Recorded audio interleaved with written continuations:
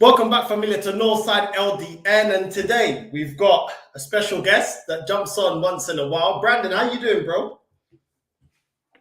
I'm good, bro. Been a while.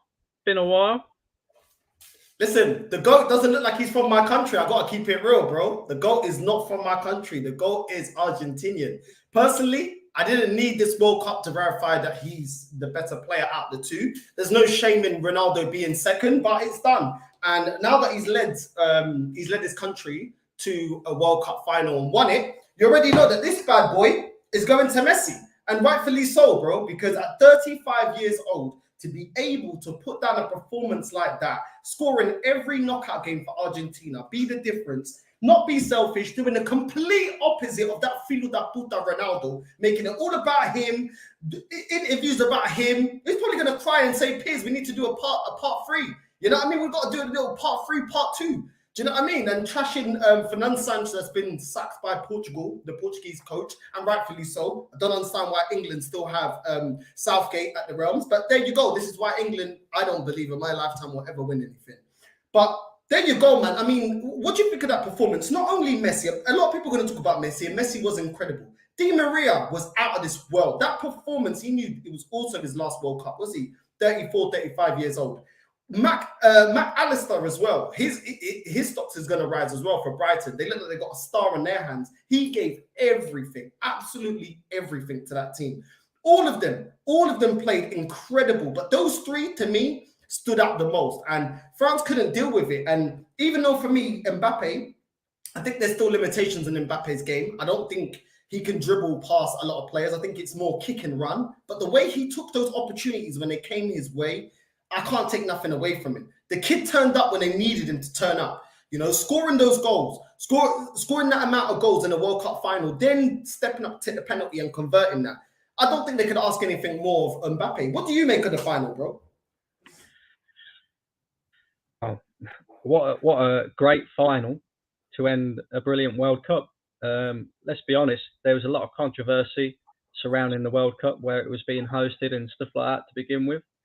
And it's probably been one of the best World Cups that I've ever seen in my lifetime, definitely. It was so competitive. You know, you had teams like the likes of Morocco, the likes of, Australia and that doing absolute bits as well. To be honest with you, when England went out, I wanted Morocco to win it just for the pure and simple fact that, you know, there was a team that was written off from the beginning and they was playing some excellent football. Unfortunately, you know, they finished fourth. And to be honest with you, I don't think there was any real major standout team in that tournament. You know, I think most teams were pretty equal to each other. I think France got the rub of the green quite a lot, you know, especially against England, mate. I think there was a few controversial decisions in that game. But it was good to see Messi win the World Cup, the only trophy that has eluded him, you know. And even before the World Cup started, like you just said there, Messi was my GOAT anyway. You know, that guy, the tally of goals, the tally of assists, trophies that he's won in his career, you know, the absolute utter professionalism that he shows as well. The guy's just, you know, we could sit here and say that we've witnessed one of the greatest of all time. And I don't think there'll ever be anybody better than him either. France didn't really get going in that final at all until like the last 10 minutes. You know, they didn't really do nothing. Argentina were all over them.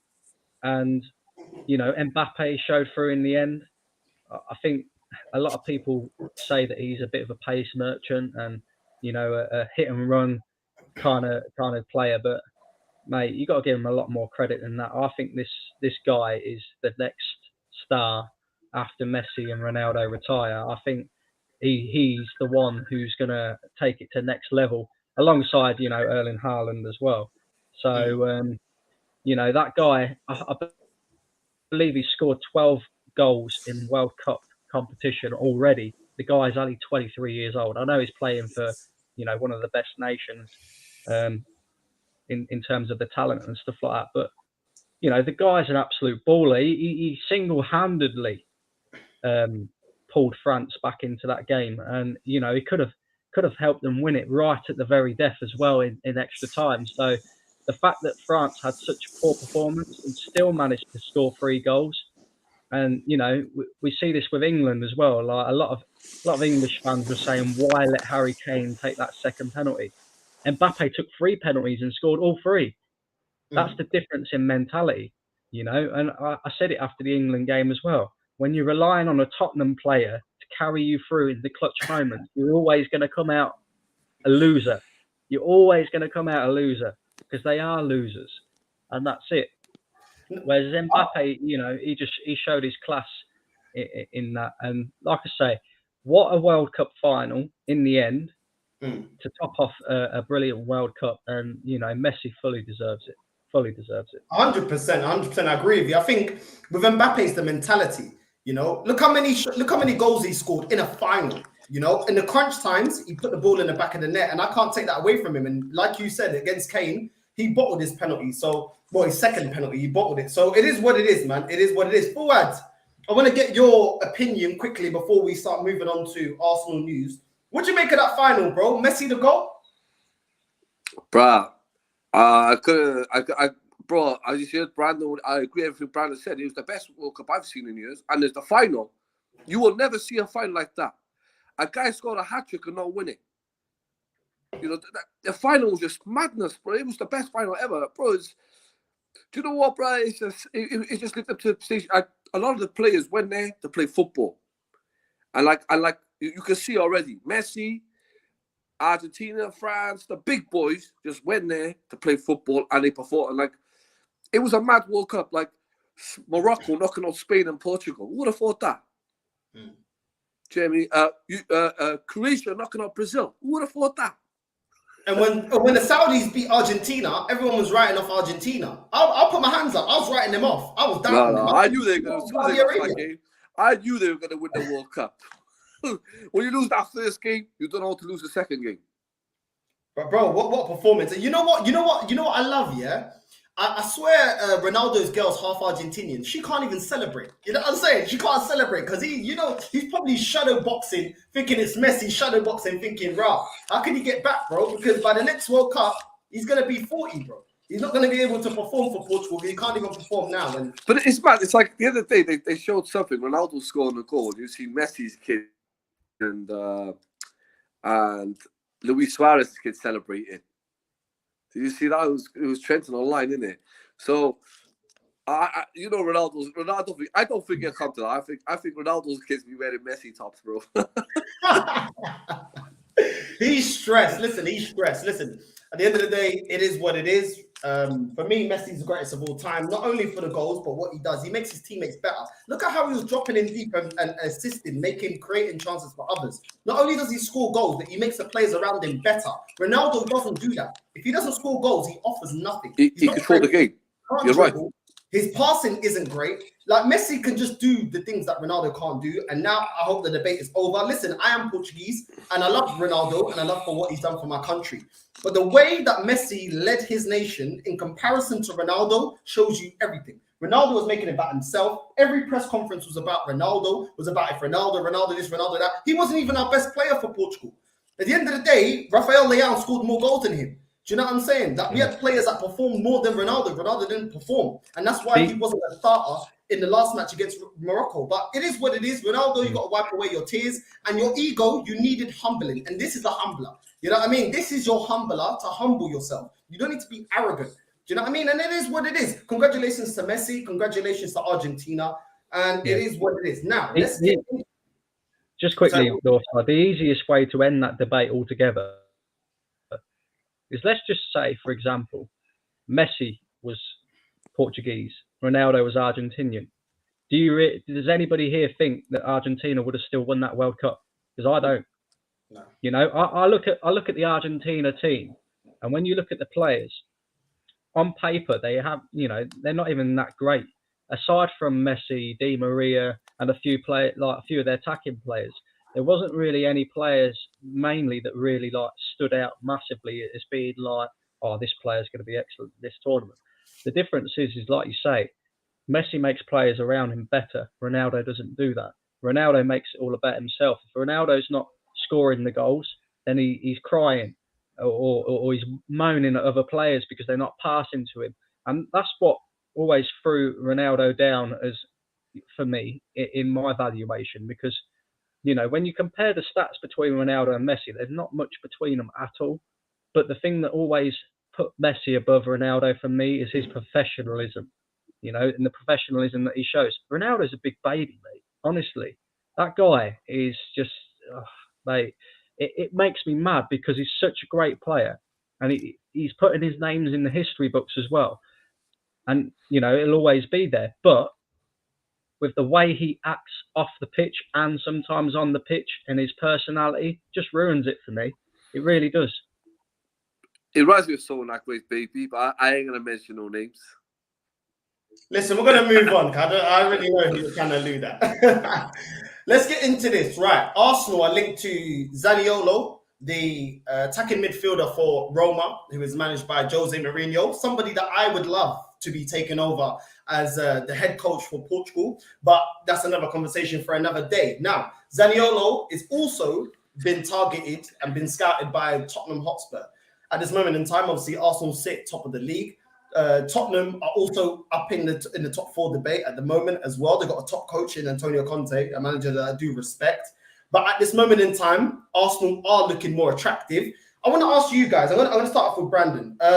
Would you take Zaniolo? It's been reported that Zaniolo would move for about 25 to 30 mil, which is what he's been, which is what his evaluation is with Transfermarkt. Would you take him at Arsenal? Because for 20, 25 million, ain't going to break the bank, and we do need some rotation for Odegaard at the moment. So would you take Zaniolo at Arsenal, bro? This is a tough one, Northside. It really is, because in a January transfer window, I feel like you've got to prioritise.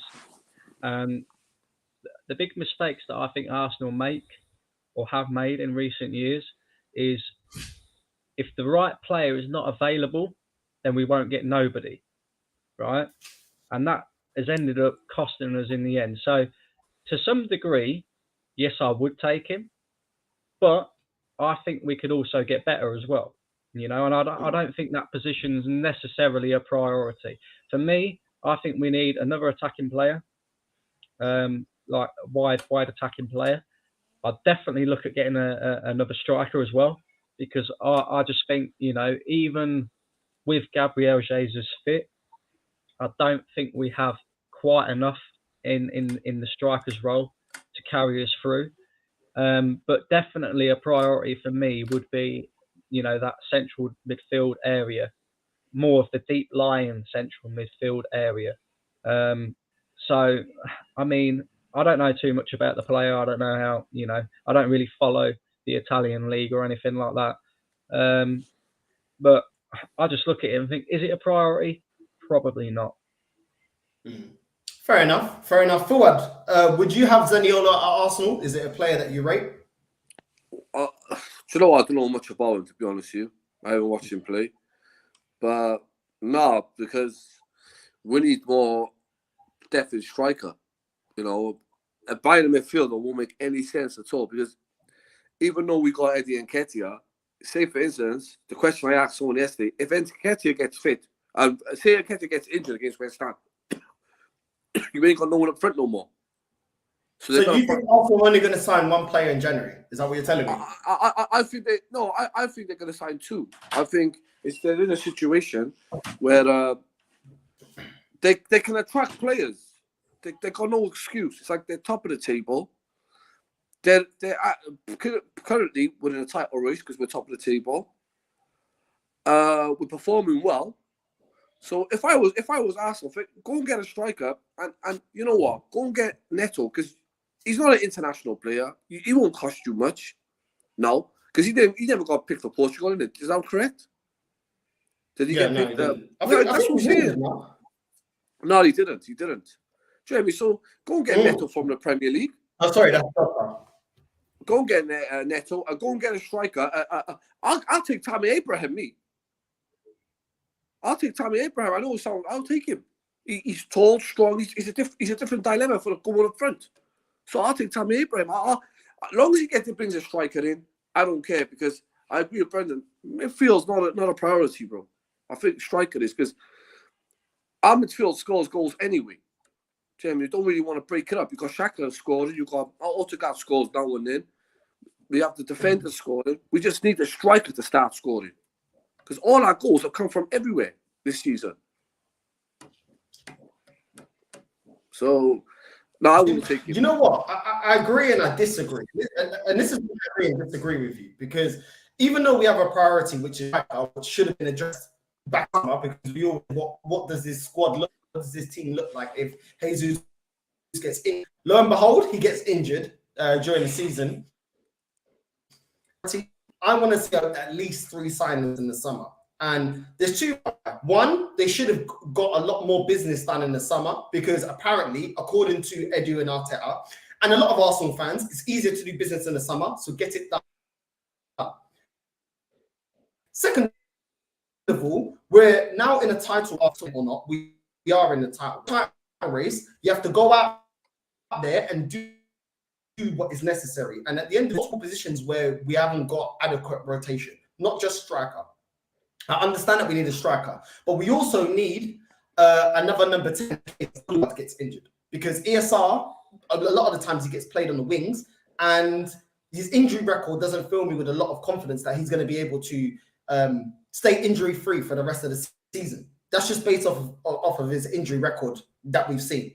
Then you look at CDM. It's the same problem as Jesus. If Partey gets injured, El Nene isn't good enough. And we saw that last season when Partey got injured, and we also need to tackle it now towards the crunch end of the season. It's exactly towards the same sided part of the season as last season, and we fell flat in our objectives last season.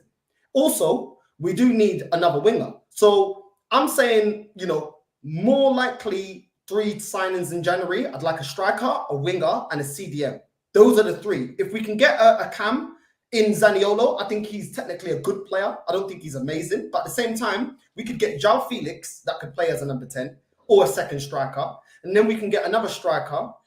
And then we can get a winger. And automatically, João Felix is a better player than Zaniolo. I don't think Zaniolo is any bum. And also, how much, you know, are we going to be able to get him at a cut price and get him at a decent price from Roma? A Roma that's got Jose Mourinho. And you know he's ambitious, whether you rate him or not.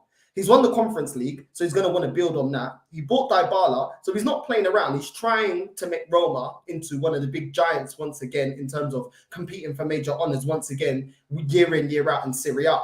So if he's not going to come at a cut price, I don't want him. But at the same time, like Brandon said, I think there's better options. And João Felix can play that Zaniolo role. And for me, is a better player with a higher ceiling than Zaniolo. So unless he comes at a cut price, I'd stay away and go for better options. So that's the Zaniolo links. Now, another player that's been linked, we've been linked with, but we're facing some competition in getting him.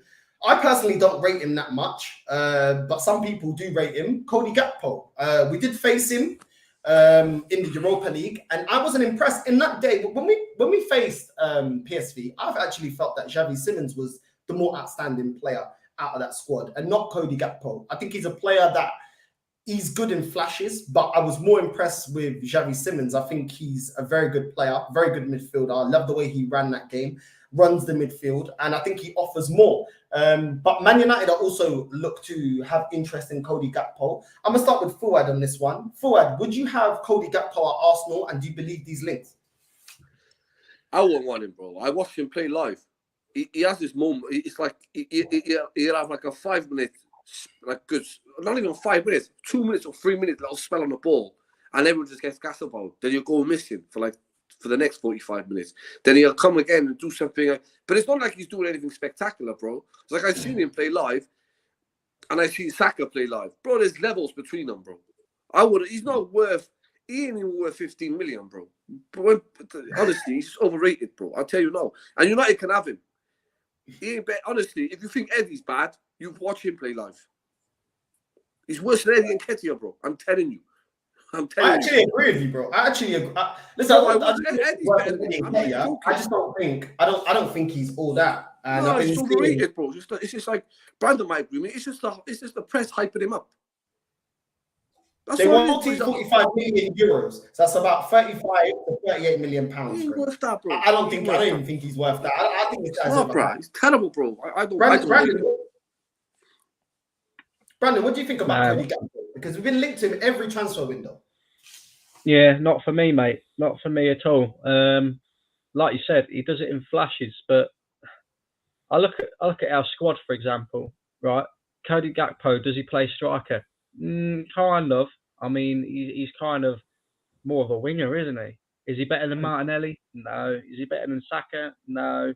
You know, is he going to improve our squad? Not No. really. Not really. You know, you need a player. I think he's the wrong type of player as well. You know, I think he's the wrong type of player altogether. Because if you're looking at Cody Gakpo, then you've got to be looking at, you know, pushing him into a striker's role. I don't think he's the type of player we need. I agree with Fuad. I think we need like a Tammy Abraham or a Ivan Toney type player. I think that's what we need. So yeah, no, not for me at all. Fair enough. I think we all agree on this one then. That he's not really the level that Arsenal need. No, just like Zaniolo. He's not. Bro, I'm not even joking, bro. Anyone at that game will tell you who watched him in the Europa League. Yo, bro, even Eddie Nketiah is better than him. And I'll tell you something, bro. He's poor, bro. Trust me, bro. He's poor, bro. He's just hyped up. Do you know what he reminds me of? Do you know that player who they hyped up in the World Cup and he scored that one working goal? And he went to Real Madrid. He went to Everton. What's his name again? James Rodriguez. Yeah, it's another Rodriguez. But Rodriguez was dead, bro. He just scored one goal. And everyone was like, ah! You better be careful, you know, the Colombians will come for you. They love him, bro. They're like he's the Colombian David Beckham over there. Yeah, they come on, they want, bro.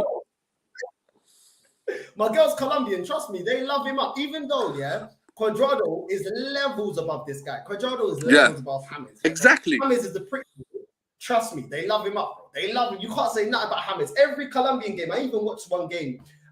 Colombia was playing, I think it was Australia or New Zealand, one of the two, and it was at Fulham Stadium. And I'm telling you right now, bro, as soon as he did nothing that whole game. As soon as he touched the ball, James, bro, this man get gas over this guy, bro. That's why he should join Ronaldo and just do lingerie modeling. Just I don't know, go to Top Man or something, or go, I don't know, bro. Just do modeling. They'll be better as models right now at this stage in their career. But listen, we got another player. I want to get you lots of opinion on this player. I've been linked to Arsenal. As for I said, we need another striker, and we've been linked to Matheus Cunha, the striker for Atleti. I'm gonna say straight off the bat, I don't want this guy. I think he's another Zaniolo. There's better options that we could go for in his position. That will actually bring us forward. I don't think Matheus Cunha, I think he would be bottom of the list of strikers if I could put a list. I think Rafael Leão is above him. I think João Felix is above him. I think Ivan Toney, if he can get his legal situation sorted out, is above him. I'd even say the Fulham striker is above him. I think there's a lot of strikers that are above this guy. I've seen this guy's dead, bro. I've seen compilations and stuff about him, and I'm not saying compilations make up everything, but I don't watch La Liga week in, week out. I'm not really convinced. And there's other strikers that I He's would dead, take. bro. Even Vlahovic, that I don't think is even worth the hype. I'd rather take Vlahovic over Cunha, and I don't even think Vlahovic is all that. From what I've seen of Vlahovic, he's a player that isn't going to help you in the build-up play on a counter-attack. He's kind of the man that wants to receive the ball. To be receiving the ball in the end of a counter attack, like a Bamian. If Vlahovic doesn't work. If Vlahovic was that great, he would have been starting for Serbia in the bloody World Cup, not Mitrovic. Mitrovic was starting ahead of him. So, you know, the guy, look, Arsenal fans love to hype up players that have got weird names. The guy's not that great. Otherwise, Mitrovic wouldn't be starting ahead of him. Do you know what I mean? He's right, bro. I agree with him. Exactly. Yeah, but because Mitrovic, a lot of new fans, they look down on players because of where they play, which is stupid. I think I've seen this guy play once. That's what it is, bro. You know, this Cunha guy. What do you guys think about this Cunha guy? I think I've seen him play once.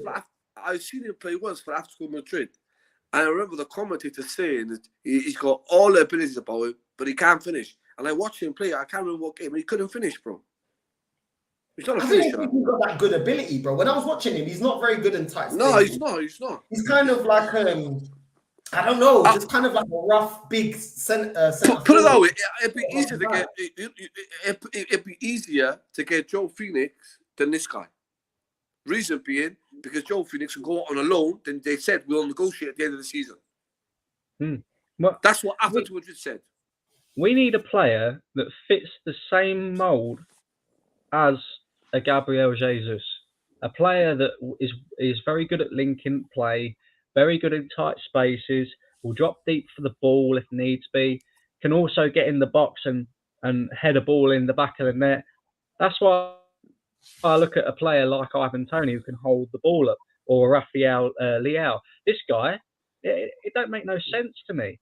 Do you know what I mean? Like, that's why I think you won't see Arsenal go for that type of player anyway, because you can see the system that Mikel Arteta wants to play. You know, it's all coming to life now, and you know we're working out how he wants his striker to play as well. I don't think any of these players that we're being linked to as of yet fit the mould. So I don't see Arsenal going for them anyway. I mean, I'll name my three. I think we need 3 signings, and my 3 signings would be Ivan Toney, like you say, if you could get his legal situation sorted out, Pedro Neto, and then for a central defensive midfielder, I'd go for Amrabat from go on, bruh. That's what I'm talking about. That guy was an absolute bad boy in the World Cup. You know, that guy is like the White Thomas Party. Do you know what I mean? Yo, he's the Arab, bro. and all the players you just mentioned are all gettable. I mean, Amrabat, let's be real, after that performance in the World Cup, we're going to face competition and getting his sign in. But at the end of the day, you know, we have to go all out at the end of the day. We're in a title race. But bro, then you look at Pedro Neto. I mean, them lot are looking like they possibly could get relegated. So we're definitely an upgrade. And then you're looking at Ivan Toney, that he's at Brentford, all due respect. They're good for what they're doing, but they're not on Arsenal's level. So all of them are gettable. So when Arteta comes out in the media, when we're doing a pre-season, well, the mid-season pre-season, and says, if we can find the right players, how come between us 3, we're able to pick various names? Because if you can't get Amrabat, go get Paulinho. They bought him for 20 mil. If you get him for 40 mil, who cares? Because I tell you what, he's a top player. He's a top player, and he's levels above El Neni. He is. And you keep El Neni for the cup matches, and you've got Paulinho and you've got Partey that can play in Europe and in the Premier League. And all of a sudden, we're not stronger. And we don't have this situation that if Partey gets injured, what's going to happen? Because Partey's injury record also, while he's been at Arsenal, it's down to but the bigger picture. You know what? I was saying yesterday, I think they got to bring in 3 players. The reason behind it, why? Last year, it was just top 4. But this year, you bring in, like, I think, for instance, you bring in a Tema Ibrahim, Amarat, and Neto. You got 3 players there. Or you bring in a centre mid, the one you want, north side. There's no excuse, because if you wait till the summer, then really you're wasting. Like I say this, everything Arteta is built for and asked for now is working. So now's the time for you to back him properly. You can't back him when he was like not doing nothing, and now you can see, you know, the style of play. We can see how the system's playing. He's changed the structure. The fans are on it. Everyone's behind it. We're in a title race. Now's the time for him to say, "What do you want?" 3 players. And the thing is, you bring in 3 players, and say for instance, Arsenal do win the title. You haven't won it with young. You won it with young players, and on top of all that, you've won it with these new signings who are going to be young anyway. Like they're talking about Tillsman coming, they're talking about Finn coming. I want to see you come through the door, bro. I'm tired of these links, bro. Jeremy, we're linked with this and that, bro. We're even linked with Michael Jackson, Elvis Presley, bro. That's Arsenal for you, bro. That's why I just want it to happen. Now's the time when you say, bam, just get him in. Just get him in. Forget the links. Just go out there. I want him in. Bam. You know that boy? You know that player from Amarat from Morocco? I swear down, Brandon, north side. If Arsenal went in for him right now, he's coming. Because he ain't talking to no other team. He's just linked with them. But if Arsenal went and spoke to that his agent right now, he'd be coming through that door. He won't say no to Arsenal. Look, and Onani as well. I rate that ball. He's hard. Yeah. I like that Onani. Both of them. Bring both of them. Saucy. Just bring all the Moroccan team, bro. But, you know what, Fuad? bro, at the end of the day, yeah, there's either this process is going to be about one thing or the other. Either we're being run the Dortmund model, which is bring young players, sell them high, and just qualify to get Champions League football. We're not really being serious about competing to win major. Yeah, we're just I agree with you. about it. Or they're going to show me that this January that we are trying to build a project that actually is about winning and competing and going out to win major honors. We're going to see, bro, because you can't have a project and now everyone's talking about, but next summer. But next summer, why next summer? If the aim is to be competing for major honors, we are in position for major honors. Now is when you throw everything at it. Even if we don't achieve it, for example, if we use most of the money that we're going to use in the summer now, and we buy less in the summer, if we've gone all out in January and tried to really reinforce this squad, I don't think anyone will begrudge Arsenal. Do you know what I'm saying? Because we're using the fact that we've got the momentum, we're in the position that we want to be and want to stay at to win the league. We go all in now, and then if we don't get it, cool. We got less money in the summer, but we went all out in January when it was the prime position. We was in prime position in the league. No. So we're going to see, bro. We're going to see what this club is about. Summer's too late. To me, listen, last year, I think summer to me is too late. There's no point trying to go again. No point. Waste of time. Because you got Newcastle got money. You got Villa that's got money.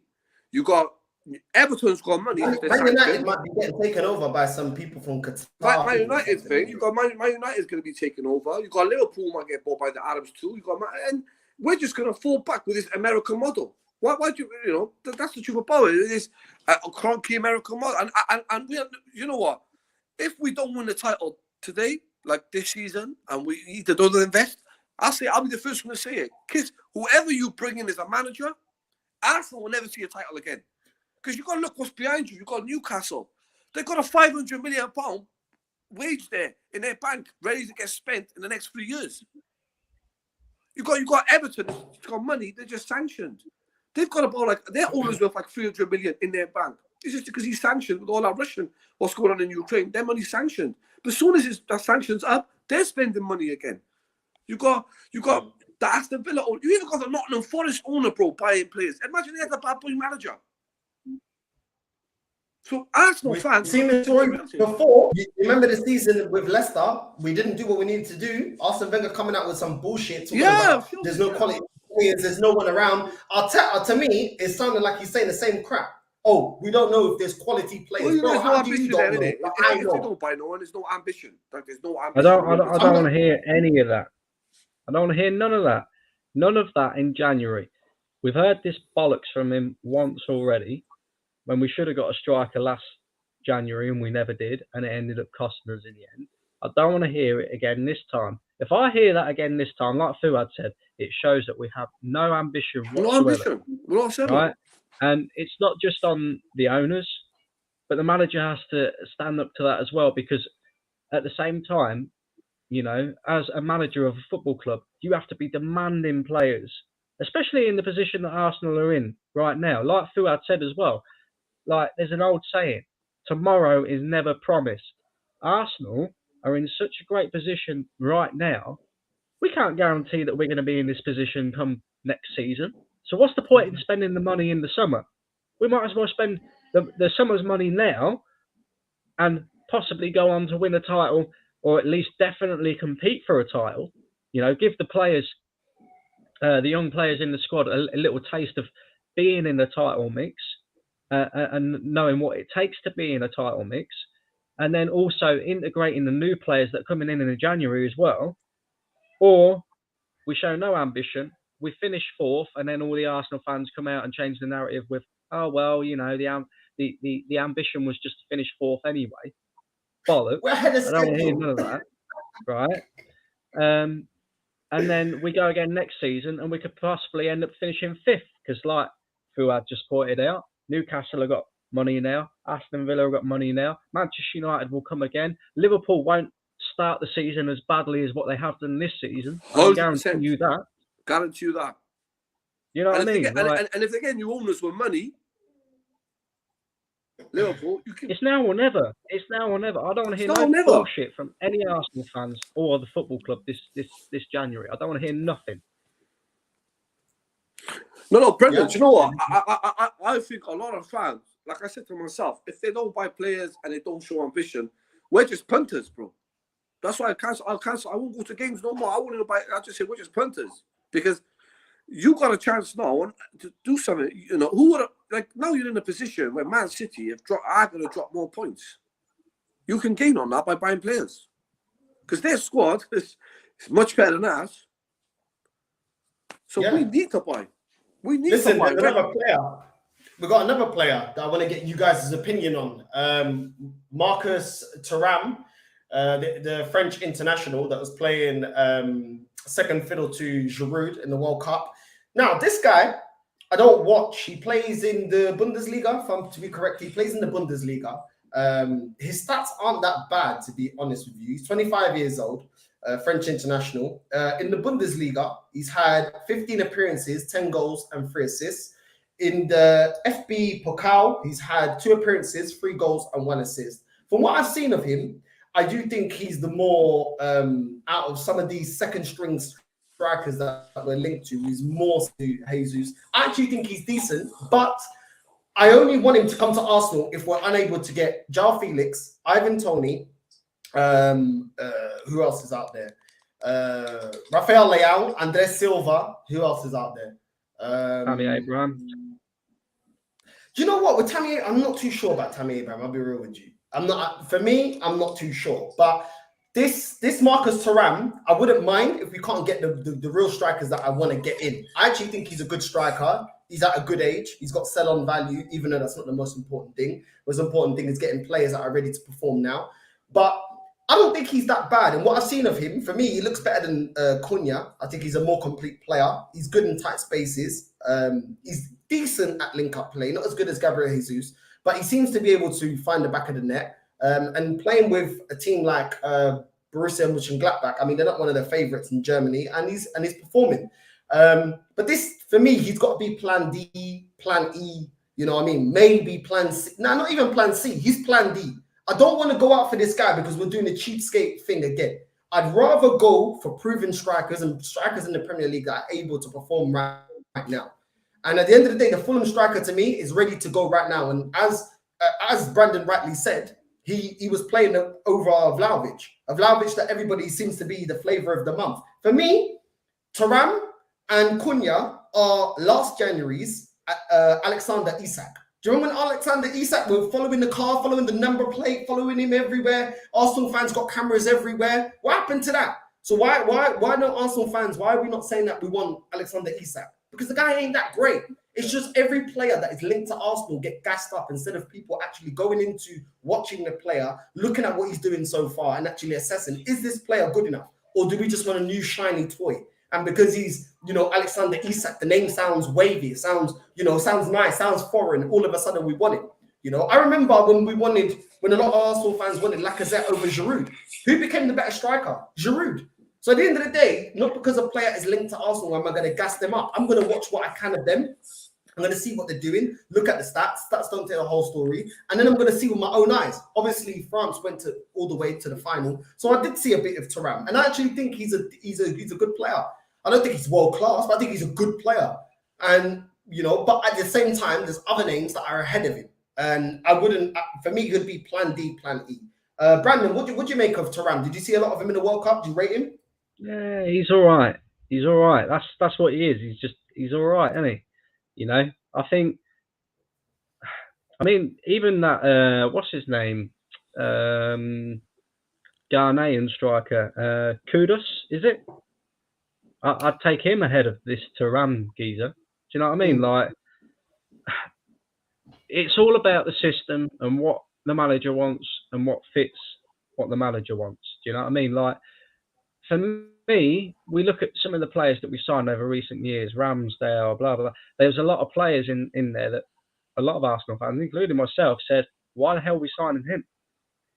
So for me, it's more, does the manager truly actually want this player? Is it going to fit the system that he's trying to play? Will it work? And that is the thing for me. Like, I couldn't give a shit who we get, really. As long as it fits what we're trying to do and the manager can work with it, and get something out of it.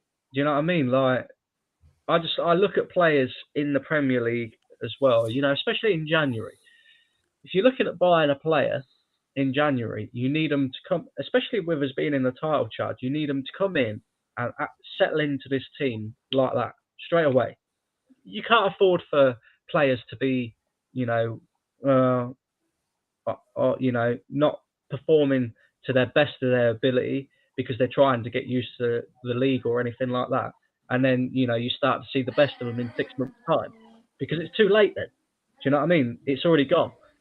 So for me, if you're looking at buying players in January to force us on to compete for this title, we need to be looking close to home. We need to be looking at players that are Premier League proven, that have been there, seen it, done it. Ain't going to take time to settle into the league. You know, ain't got to take time to learn the new language or whatever it may be before we see the best of them. So, you know, that's why I say like players like Ivan Toney, Mitrovic, even Tammy Abraham, or, you know, Amrabat's a bit different.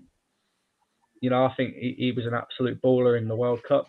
Pedro Neto, he's in the Premier League. I'd even look at Wilfried Zaha as well, because he's, you know, he's cheap. He's coming to the end of his contract. There's players there. I don't want to hear any excuses from Arsenal. Leandro Trossard, another player. You know, I can keep naming them. Like player after player after player after player of players that are gettable, players that Arsenal should be going for. That are all Premier League proven, been there, seen it, done it. You know, ain't going to have to take time to get used to it.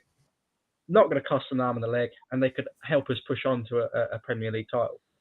So, do you know what I mean? Like, it's not that difficult. But Edu and Arteta and the other people around them make it look like rocket science. It's like all of a sudden January comes along and it turns into like rocket science all of a sudden. Like, we don't know how to sign players. Like, what's that all about? You know, realise where you are, Arsenal. Do you know what I mean? I think, though, do you know what? I think, and I know it's like, I think we might get that Fulham striker. You know, reason being, if say Arsenal approaches his agent and says, "Do you want to play for Arsenal?" This is me. It's not even a fan. It's a human being, bro. It's a no-brainer. Yo, he gets a phone call. His agent, "Do you want to play for Arsenal?" He's gonna say to Fulham, "Bye." He ain't even gonna hesitate. Because that's how it works. That's how football works. You know, when Real Madrid comes knocking on the door, they're gone. But that's us in London. Like, if we go to teams like Fulham, West Ham, them players, well, especially their striker, bro, Arsenal, if they go in for him, they'll get him. Because who else is going to go in for him? He'll suit us because he's homemade. There's no such thing as breathing him in. You're going to throw him in the deep end because he can do it already. But I'm going to say this, yeah? I'm going to say this. I'll get him, bro. A lot of people are saying, yeah, that we need to get a striker in the same mold of Jesus. Why not get a striker that is better than Jesus in Jesus' weakest asset? Jesus' biggest asset is dropping in deep, great dribbler, good control, good at assisting. He's not that great as a lethal striker in front of goal. Let's be real. So why not? If you can't find a striker that can do the things that Jesus can do, then go get a world-class finisher. I mean, Arteta is supposed to be Pep Guardiola's protege. Yeah, Pep Guardiola went and got Haaland. Now Haaland's a great player. He's a great finisher. Yeah, he's not as good as Jesus in terms of assisting, dropping in deep, creating chances for the wingers and other players. Do you know what I mean? But he's a very good finisher, and he's added that to his system. So at the end of the day, why don't we go and get a striker with a different attribute, and an attribute that I think is the most important, really and truly, which is being able to put the ball in the back of the net. And why don't we just go and get that? Now, I know that there isn't many world-class strikers that are around. I mean, Lewandowski's in the wrong end of his 30s, and he's not going to come to Arsenal. Benzema, the same thing. The rest of them that are in their 20s, early 20s, they're not really world-class. Rafael Leao is still to be proven. João Felix is still to be proven because he's only put great numbers for Benfica. He hasn't done it for Atletico Madrid. Now, a lot of people will say, because it's the style of play, and I understand that. But at the same time, let's go and try. let's go and try and get a striker. If we get a Mitrovic, well, he's stronger than Jesus in the air. And he scores a lot of goals, especially for the teams that he's at. So at the end of the day, I don't mind if we don't get another Jesus, because when Jesus comes back, we have the ability to have a player that can play false nine in Jesus, and we can also have a striker that is a goal-scoring striker that is lethal in the box. I know Aubameyang wasn't great, but we can get another type of striker. Do you know what I'm saying? That is lethal. So at the end of the day, I just think that if Pep was able to make it work in his system and Arteta is replicating Pep's system, then why can't Arteta do that? You know, I always talk about Man United because Man United and Arsenal set the standard in the Premier League, yeah? And also Chelsea was part of that towards the early 2000s as well. And look at the strikers that Man United had. They had Rooney, but they also had Berbatov. Berbatov didn't have the same attributes as Rooney. And you rotate them depending on the opposition that you're facing. You don't all have, just because it's worked with Jesus doesn't mean that that is the only type of striker that we can have. I don't agree with that. Berbatov didn't have lightning pace, but he was technically very good and he was lethal. You know, Rooney was lethal, but Rooney had the work rate. Rooney was also able to assist for for Cristiano Ronaldo and other players around him, kind of a Gabriel Jesus role. Do you know what I'm saying? So at the end of the day, I'm not hearing none of this that we can't find players. I'm completely with Brandon on that one. But moving on a little bit to the last bit of news, Emil Smith-Rowe looks like he will be making his return in January. Now, it's good news for Arsenal, but this is a player that I'm starting to worry about because I think he's got a lot of potential. I think the kid is very good, but at the same time, the injuries are hindering his progress. And we've seen this before with Arsenal, with Diaby, you know, with Wilshere. We've had this before with midfielders that continue to get injured and it hinders their progress. And, you know, he's very young. He's in his early 20s. And when this hits you in the years where you're supposed to be developing into the player that you can potentially come, you know, this could take him off his trajectory that we have for him. I mean, Fuad, what do you make of Emil Smith-Rowe? Great player, but he keeps getting injured. What do you make of him? Hold on. You're me. Hold on. Gone? I said, really, with Smith-Rowe, there's not much you could say. You know, he scored a lot of goals last season. You know, I can't wait to have him back because, you know, Smith-Rowe always pops up with that goal when you need it. So I think, but it's just what lets him down is his injury. But I just hope he can stay fit from now to the end of the season. I hope they've assisted his injury and they've found where he's always getting injured from, so they've properly fixed his leg up. Do you know what I mean? Because it's an ongoing thing. So, but his talent, and I'm not going to complain about Smith-Rowe. His talent's amazing, but I just hope he stays fit and through down to the end of the season. And yeah, I'm glad that I've been back. To be honest with you, I'm a big fan of Smith-Rowe. I like Smith-Rowe. Fair enough, Brandon.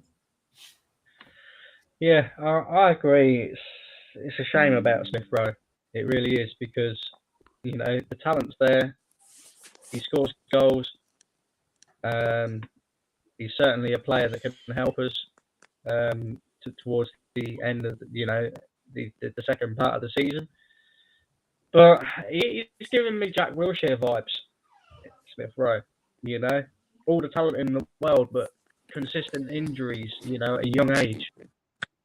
I hope it don't hinder his career too much. I really do, because we always seem to end up with this one player at Arsenal that, you know, has all the talent but ends up being consistently injured, and there has to be questions asked of that. You know what I mean? Like either the fitness regime at Arsenal is not quite right, or, you know, the player himself isn't following what the fitness regime should be to an absolute T, which is ending up with so many injuries and stuff like that. But I don't know. I think Smith-Rowe could be definitely an answer to that number 10 role, which we talk about with Odegaard and stuff like that. But yeah, I don't know. It's a difficult one, really. He can't keep getting injured because he is going to end up with being one of these players again, you know, who we kind of have to move on from otherwise. Fair enough. Northside, did you see that lot? Did you see that you lot want Isco? No, bro. He's another player that we're always linked to. Just like Asensio, we always link to Asensio as well. I don't think it's going to happen. I think that they haven't kicked on, and yeah, I don't see Arsenal going in for him. He doesn't fit Project Youth, just like it's Asensio. I think it's that kind of time is done. So for me, I don't really see that happening, bro. I still can't co-sign Messi the GOAT. Listen, the facts are all there: trophies, performing when his team really needs him, and look, he's going to win another Ballon d'Or. He's already ahead of Ronaldo in Ballon d'Ors. And he's won the World Cup. I mean, when Ronaldo won the Euros, Messi won the Copa America, and now he's won the World Cup. And when you look at, I mean, for me, I look at three things. I look at ability, I look at trophies, and I look at performing in major finals and in times where your team really need them. And Messi ticks all of them. And in some aspects, Ronaldo doesn't tick them, especially on the ability, like we've all said. I think all three of us already said that. Messi has things to his game that Ronaldo doesn't, man. He really doesn't. And for me, I just feel like Messi tips him. And there's no shame being second. Ronaldo can be second, best player of all time. He's definitely the best player of all time for Portugal. I mean, Eusebio was another one that was almost up there as the best player of his generation. But Pele and Maradona outdid him. And in 1966, if Eusebio won the World Cup for Portugal, I think we lost in the semis to England, then he would have been up there. But it is what it is. There's no shame, there's no shame in saying Eusebio is third to Pele and Maradona, and there's no shame in Ronaldo being second of all time. There's no shame, and I'm Portuguese, and you just got to call it as it is, as I see it. And Messi, I'm sorry, man. I'm sorry. At 35, to be able to perform like that, it is ridiculous. I mean, he's supposed to be very far away from his prime, and he's able to perform that. So I don't think there's a debate there. Messi is the best of all time for me. Ronaldo was out in the streets with the AK-47 yesterday. Big up Northside. I'm back. Hope you, Brandon and Forward are good. Thank you very much. Yes, well, I said Argentina would win the World Cup. Fair enough. I doubted them when they lost against Saudis, but there you go. Forget Messi. Let's talk about Man City. Is going to go past Arsenal and win the league again. Listen, if we don't strengthen in January, then I think all three of us, I think I can speak for all three of us, that you will win it. Have to disagree with you on that one, Chief. Cool. It is what it is, bro. It's about opinions. We need a backup midfielder. Smash up those likes, people. Cody Gakpo wants to join Eric Ten Hag at Man United Football Club. Good luck to him. Swap Anthony Martial for Dusan Vlahovic for cash and money. What do you, man, make of Anthony Martial? Because I see some Man United fans like bigging this guy up, bro. But I don't see it with this guy. He has one game and everyone hypes about it. Yeah, another one with the hype train, isn't it? Because this guy, again, spends half his time injured. So, you don't really see the best of him. Maybe if the guy spent a whole season, in his preferred role and stuff like that, we'd see what the hype's all about. But I just don't see it with Anthony Martial. He kind of reminds me of Theo Walcott. Do you know what I mean? Yeah, man. I don't know, man. I think Theo's better than him, to be honest. Like, I know that wasn't a great time for Arsenal, but when you look back and you look at Theo, he actually was a good player. We just didn't have the squad, you know what I mean? But actually, when you look at his goal record for Theo, his goal record very good, bro. His actual goal record was good. I know sometimes he could be frustrating, and I get that. But when you look at some of the other wingers that we've had, Theo's up there, man. Theo's up there for Arsenal, in my personal opinion. Ronaldo's professionalism is something that can't be questioned. So is Messi, bro. When has he not been professional? If anything, Messi's more professional. He didn't make this World Cup about himself. He dug in deep. He worked hard for his team. Ronaldo wasn't professional. When did Ronaldo do that? In this World Cup? Listen. Hang on. Mo, behave, bro. Mate, let me just read that. Ronaldo's professionalism. So is Ronaldo professional then? Like midway through a season, going and doing an interview with Piers Morgan, crying like a little bitch because he can't get into the Manchester United team and all this, that, and the other. Is Ronaldo professional when he's constantly whining at his teammates because they didn't pass the ball to him? When he felt he was in a good position. Is Ronaldo professional when he's doing things like taking his top off and celebrating a goal that he didn't even touch? It was Bruno Fernandes's goal. Yeah, the hair of God. All of a sudden, forget the hand of God. It's the hair of God now, right? The guy's a prick.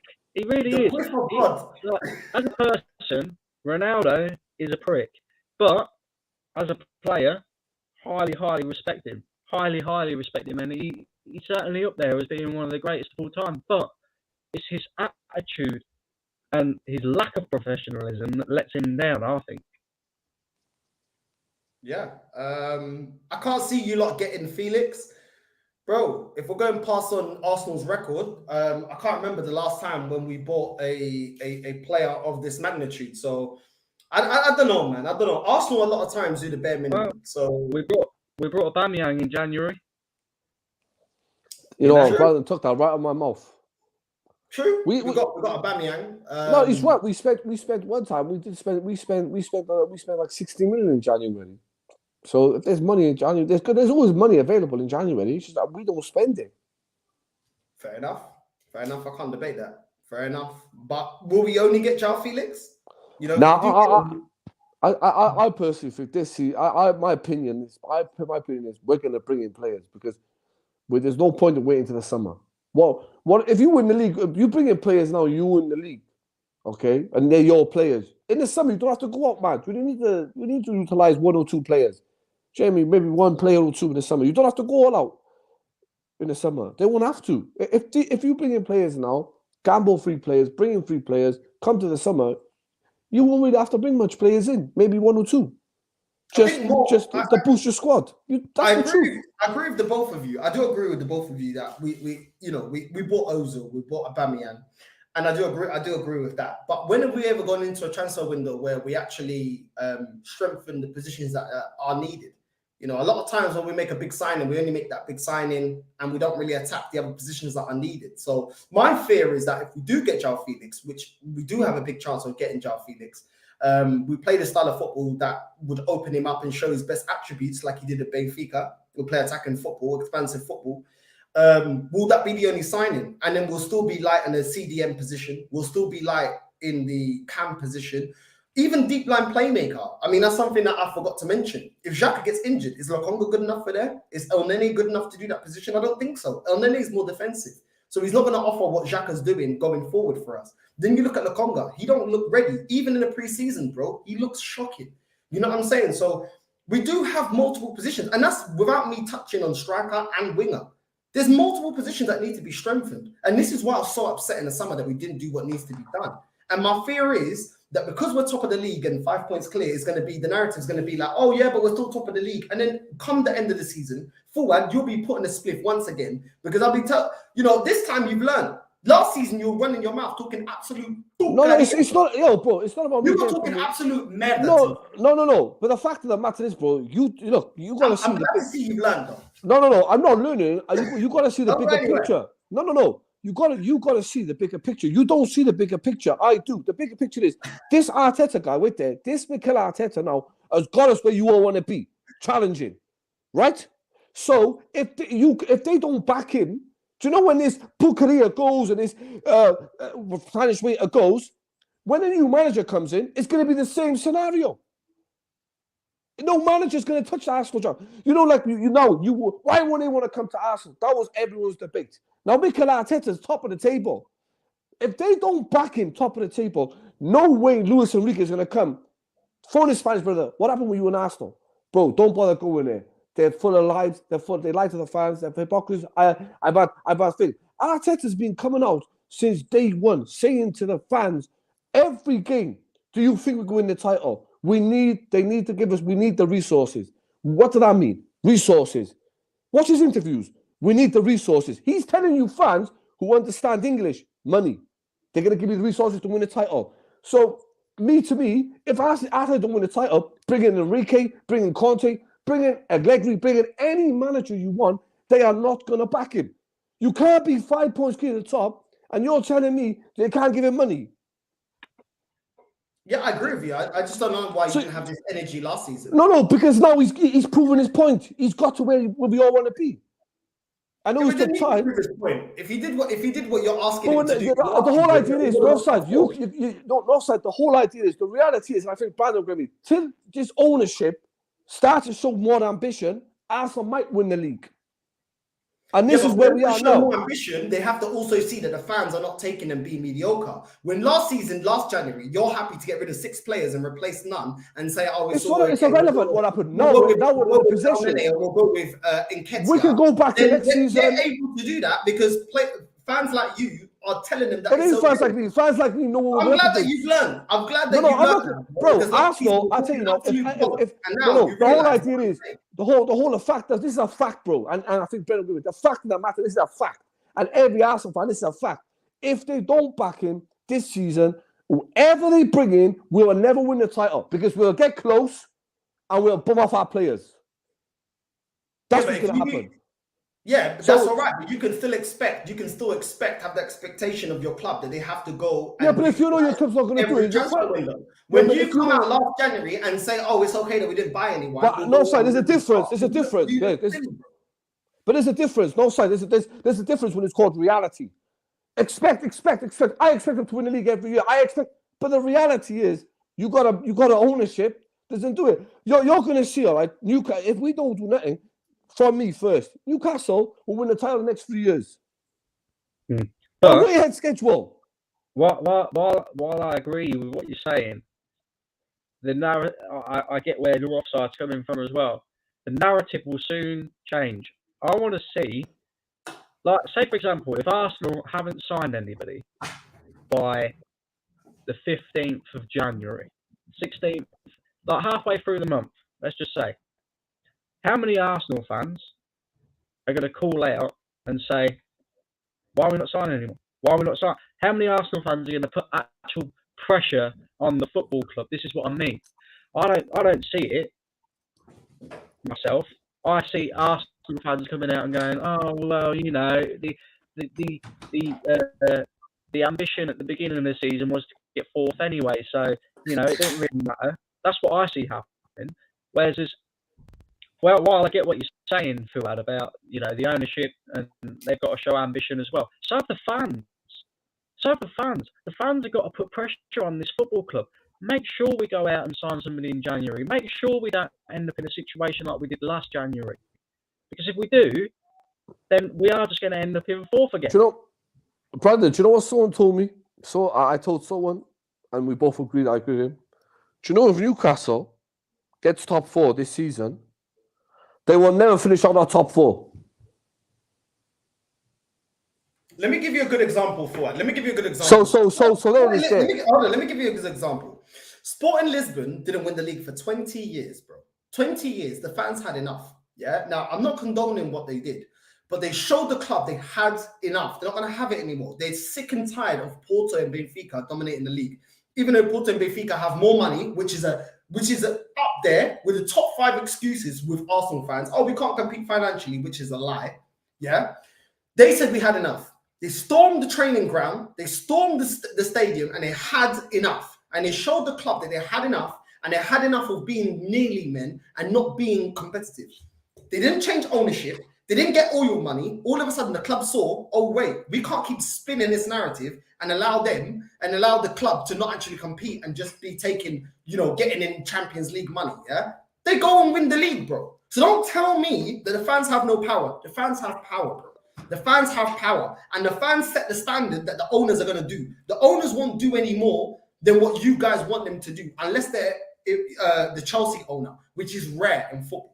A lot of them are going to do what you accept. And if you accept mediocrity, if you accept going into transfer windows and saying, oh, well, we're already ahead of schedule and we couldn't find any players, while we see Newcastle go out there and get players, and they're in a relegation position and they're able to get players that have now elevated them to be 3rd in the Premier League. This is the difference between Newcastle that utilize every transfer window and have a clear plan, which is what one of the buzzwords for Arsenal, and Arsenal that don't do that. Yes, we're first, but we will fall off if we don't utilize January transfer window, because we're up against Man City. We are not winning the title. Is full of quality, and if we put our starting 11 against theirs, we already know they got stronger players. We already know that they got a better, more experienced manager. So why don't we nullify that, their advantage, and go out there and strengthen the squad at least? At least do that. All right.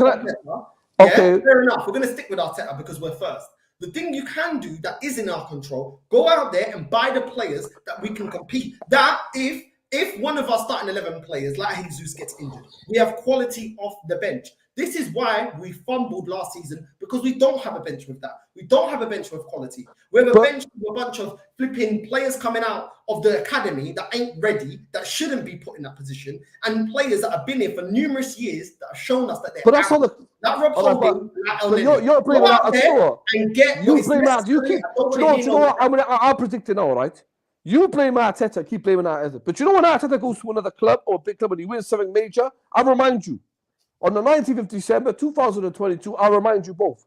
I'll remind you that if they don't back Arteta, Arteta's going elsewhere. I guarantee you, all Arsenal fans will be like, we had Arteta, look what he's doing now, players. That'll be the same. And you're going to look at fans like you said, I told you he's not the manager. You can't just blame him. It's the club structure. They need the fun. And the fans, I agree with you. If this season, even if you back Arteta, even if you don't back Arteta, if they do not back this manager, you got to stand up for that. You got to turn on the owners and boycott everything. I'll be the first to do it. Hold on to that thought. I'm going to let you finish. Brandon, thank you for jumping on. I know you got to jump off, bro. Love for jumping on, bro. Yes, Brad. Bro, he's just froze. I love Brandon, you froze, but yeah, love. Right, forward. What was you saying? I was just saying, the owners, bro, it's make or break. Because you don't know. We're in a situation where you haven't been for a while.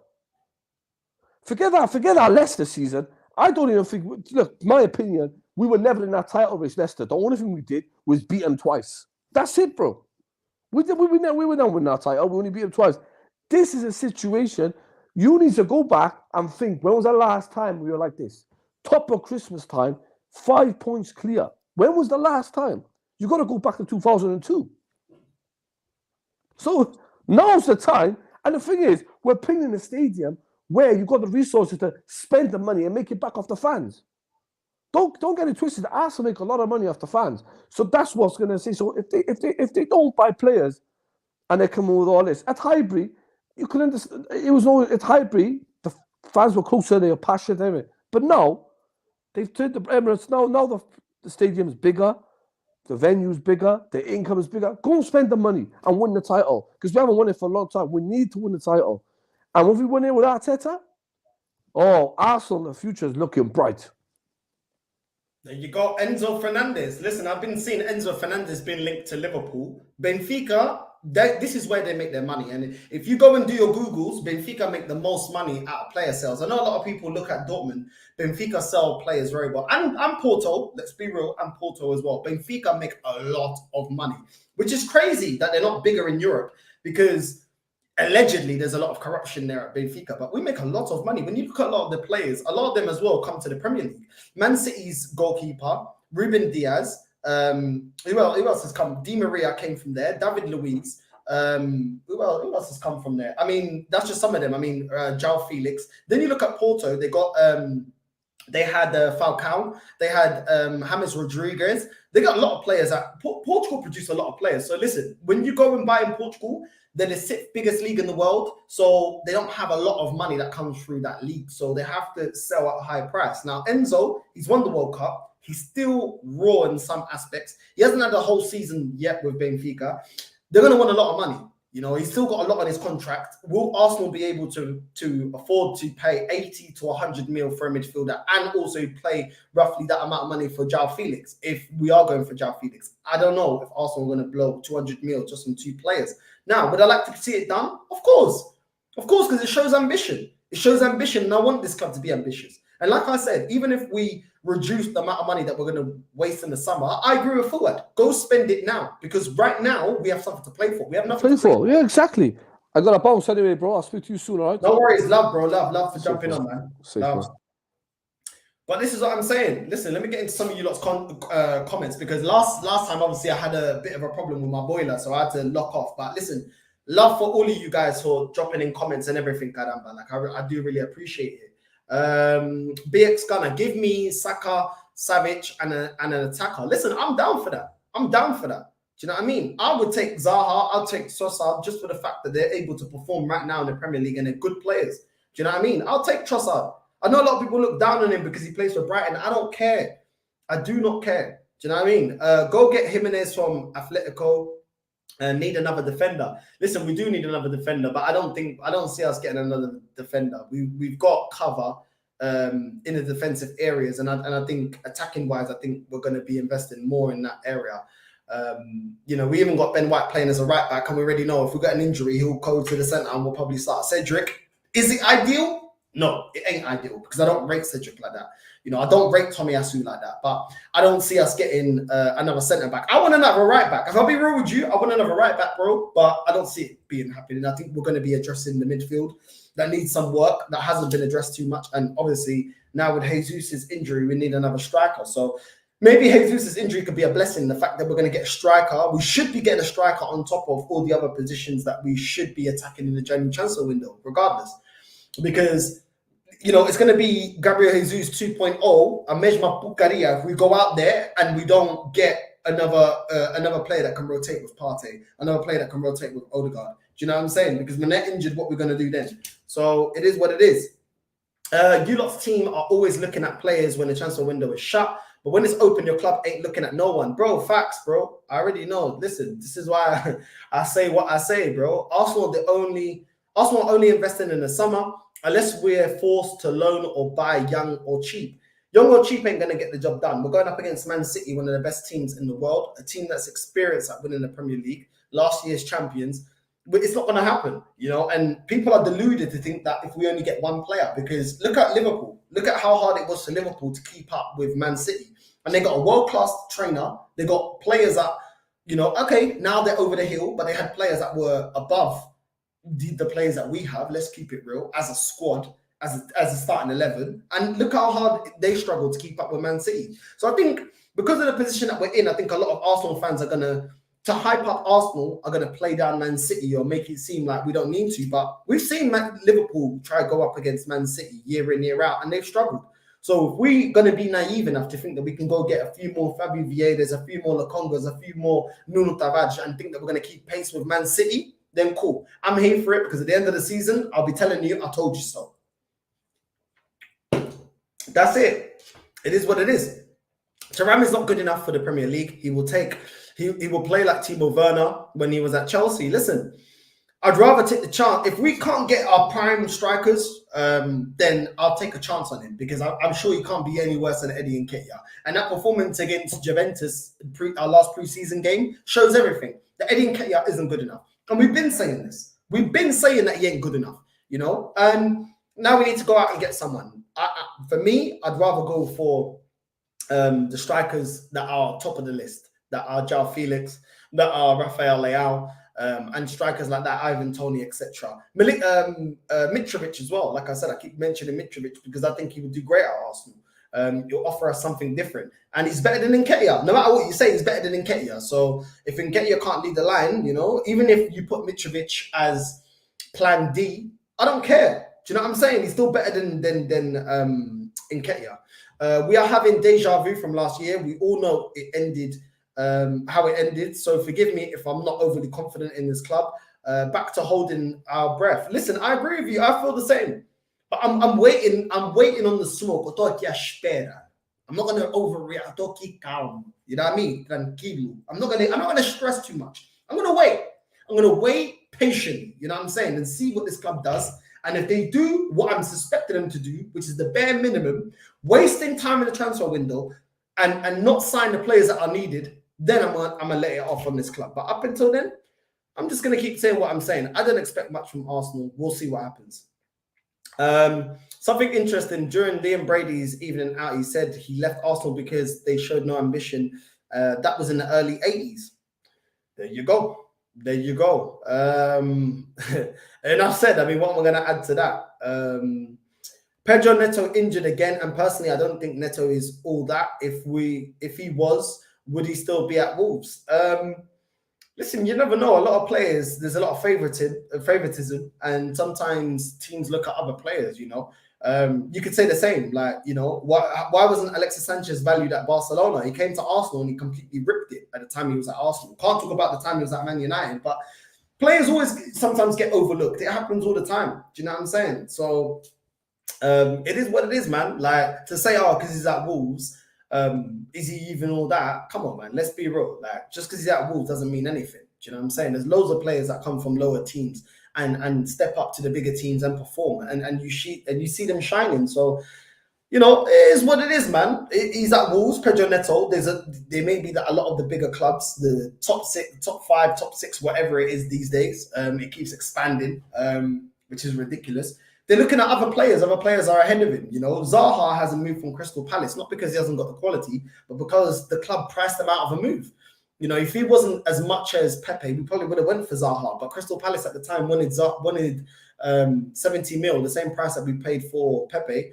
That's what they wanted for Zaha. So sometimes there's a lot of things that go into it. You know, the club priced them out of a move, things like that. There's other players that are shining or more flavor of the year, flavor of the week, flavor of the month, and that's why that player doesn't get the move that sometimes they deserve. So I don't think that, you know, you can say just because he plays at Wolves and other people ain't going for him that he's not quality.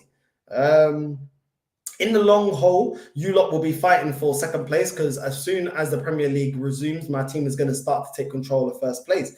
We'll see. I don't deny that, bro. I don't deny that, but we will see, bro. We will see. Let's see what Arsenal actually do. Question: if Arteta left or was sacked, who would coach Arsenal? As Arteta is putting a system into place that only he uses. He leaves the club. Arsenal have to start the process again, bro. Just put in a proven winner, bro. Like, for me, like I said, I'll take Mancini, I'll take Simeone, I'll take all of that. I don't really care, bro. Winning football is winning football, even if we've got to start again, because it's all good putting down a system. If it doesn't lead to winning the Premier League, do I care?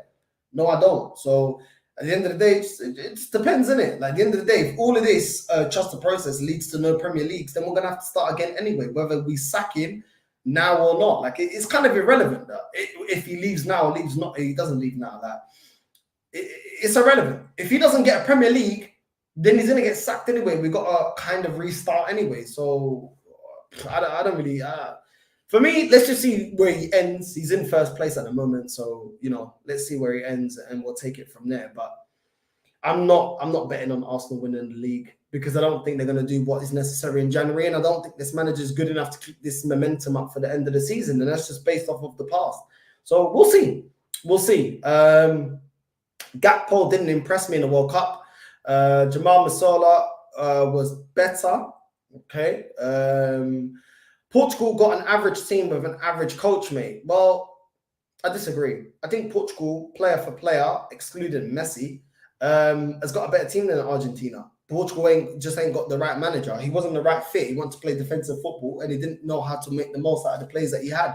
So I'm going to have to fully disagree with you there, because we got a better squad, a better team. And listen, the squad that we took ain't even all the players that we could have selected from. Jota couldn't go. Pedro Neto couldn't go. There was other players that couldn't go for various reasons that weren't picked because of this manager that we had. Well, that we don't have anymore. Fernando Sancho has been fired. So, yeah, I disagree with that, bro. Like, Argentina, everyone knows that really and truly the difference to Argentina has been Messi. Yes, they played very well as a team, but when you look at that squad, Messi's been that final jigsaw. Portugal got a complete squad, in my opinion. Wrong manager.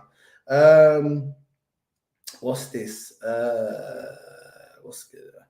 I'm not questioning Messi's professionalism. I'm responding to you guys questioning Ronaldo's.